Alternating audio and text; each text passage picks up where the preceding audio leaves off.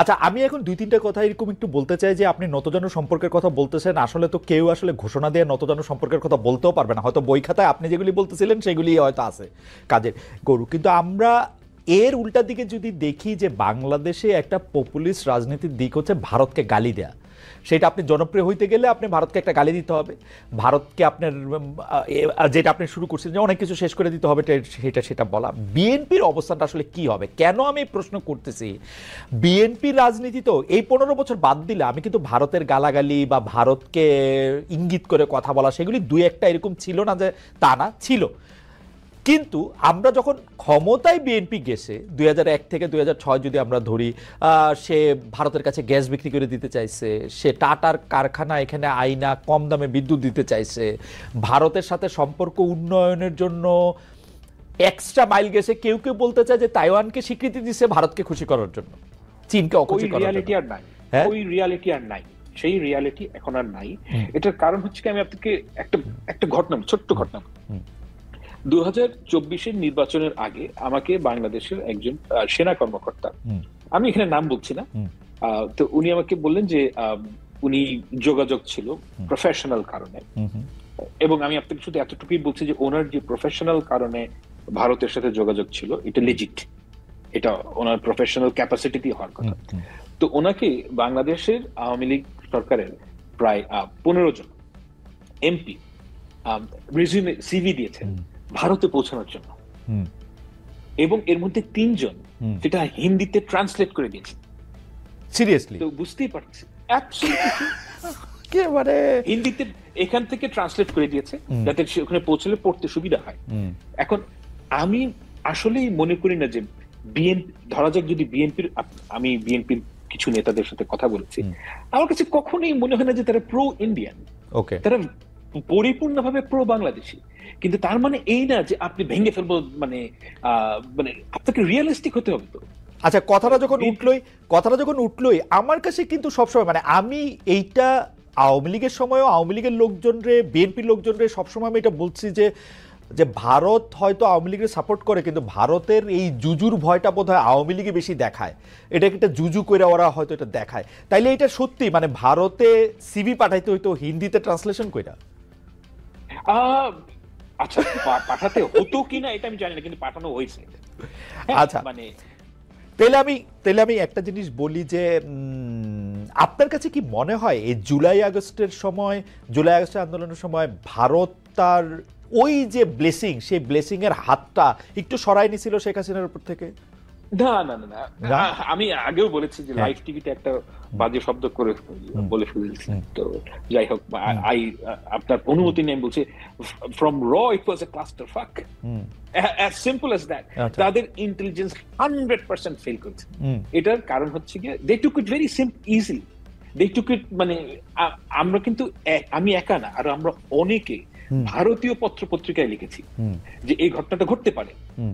আমি নিজে লিখেছি, অনেক লিখেছে, এরকম আরো অনেকে লিখেছে যে বাংলাদেশে, এবং এখন থেকে না, বহু বছর ধরে, যে বাংলাদেশে ব্যাপকভাবে অ্যান্টি ইন্ডিয়ান সেন্টিমেন্ট তৈরি হয়েছে, এবং এই অ্যান্টি ইন্ডিয়ান সেন্টিমেন্ট তৈরির মূল কারণ হচ্ছে গিয়ে ভারত একটা অবৈধ ফ্যাসিস্ট রেজিমকে ব্লাইন্ডলি সাপোর্ট করছে, এবং এই কথা ইন্ডিয়ানরা তো শোনেই নেই।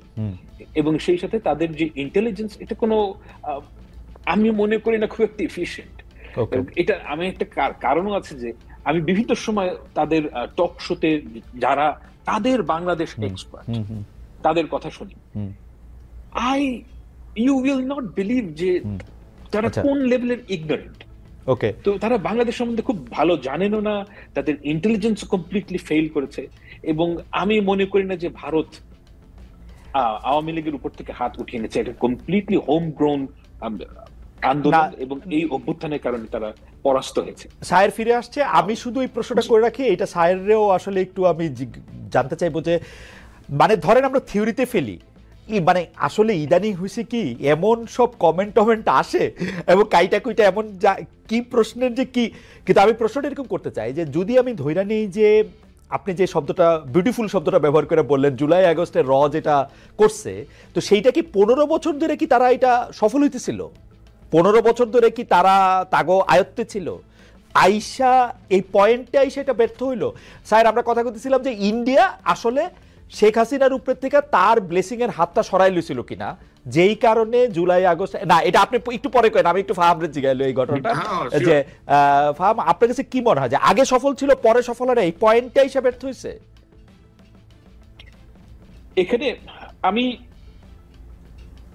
দেখেন ভাই, আমি আপনাকে একটা, এইখানে কিছু কথা বলা যায়, ঠিক আছে বলি, আমি একটু রিস্ক নিয়ে কথাটা বলি, রিস্ক নিয়ে কথাটা বলা মানে মানুষের শোনাও দরকার।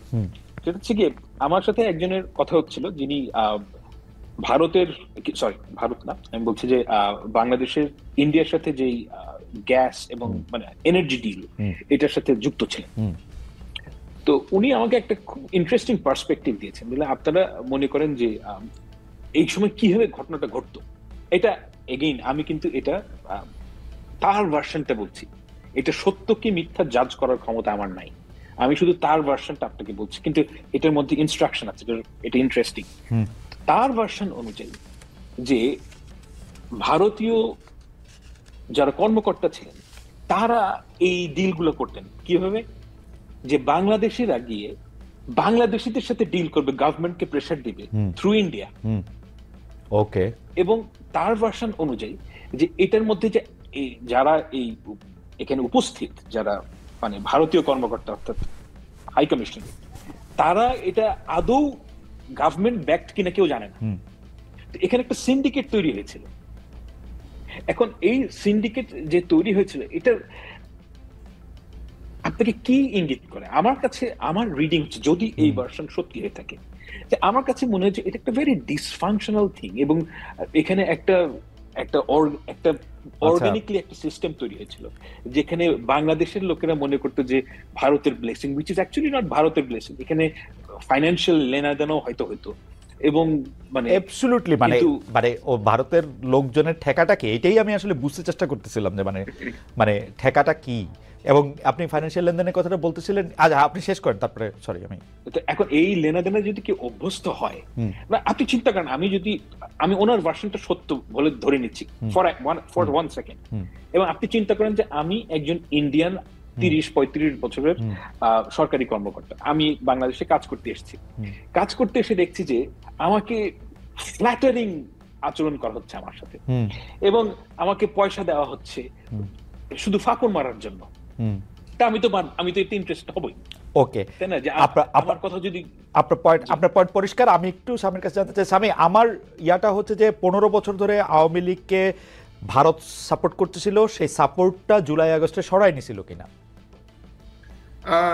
15 বছর ধরে ভারত আওয়ামী লীগ সরকারকে যে সাপোর্ট করছিল সেটা তারা অবশ্যই জুলাই আগস্টে সরায় নেয় নাই। এটা যদি আপনি একটু দেখেন, কারণ জুলাই আগস্ট পরবর্তী সময়ে বাংলাদেশে বিভিন্ন রকমের